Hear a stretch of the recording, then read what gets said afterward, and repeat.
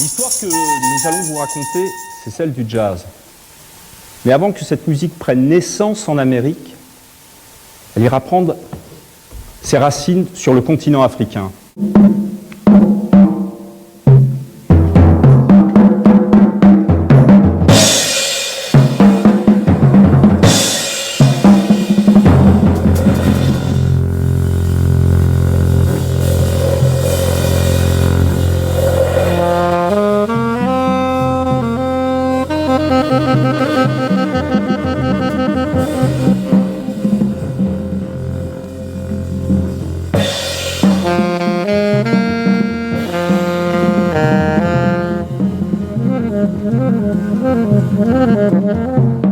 C'est en 1865 que l'abolition de l'esclavage fera suite à la guerre de sécession entre le nord et le sud de l'Amérique. Ainsi, le peuple noir n'est plus esclave du peuple blanc. Il n'a plus à se soumettre au fouet du maître. Mais très, très rapidement, d'autres lois vont surgir. Les lois Jim Crow, des lois ségrégationnistes, des lois racistes. Ainsi, le peuple noir n'est toujours pas l'égal du peuple blanc.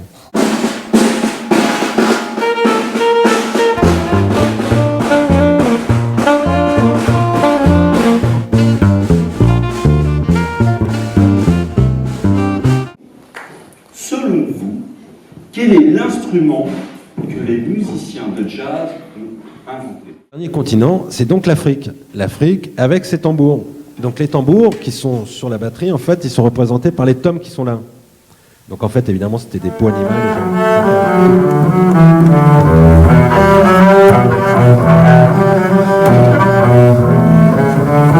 L'instrument n'a pas été inventé par le jazz. Contrairement à la batterie que vous avez vue tout à l'heure, est-ce que quelqu'un connaît le nom de cet instrument ?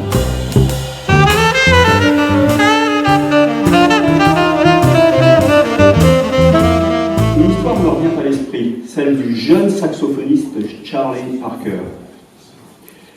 Charlie Parker était un peu trop jeune au début de sa carrière pour jouer dans les clubs ou dans les bars. Je veux jouer plus vite que lui.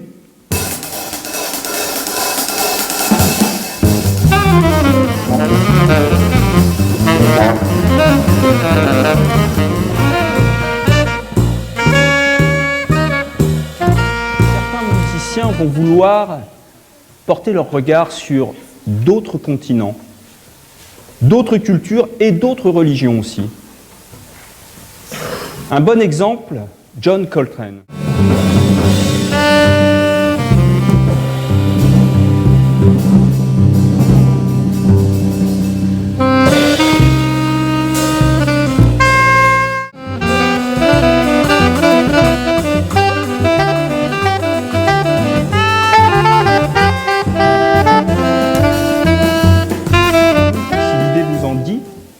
Pourquoi ne pas apprendre à jouer d'un instrument et enfin de raconter votre propre histoire en musique?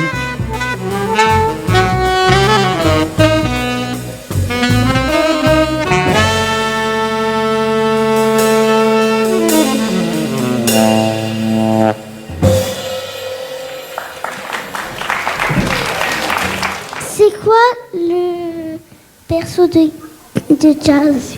C'est quoi le...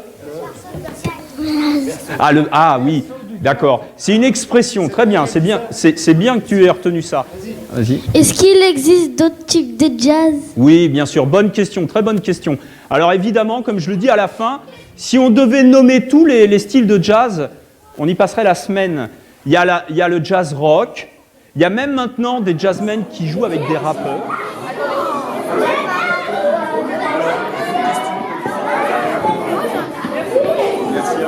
Ça vous a plu ?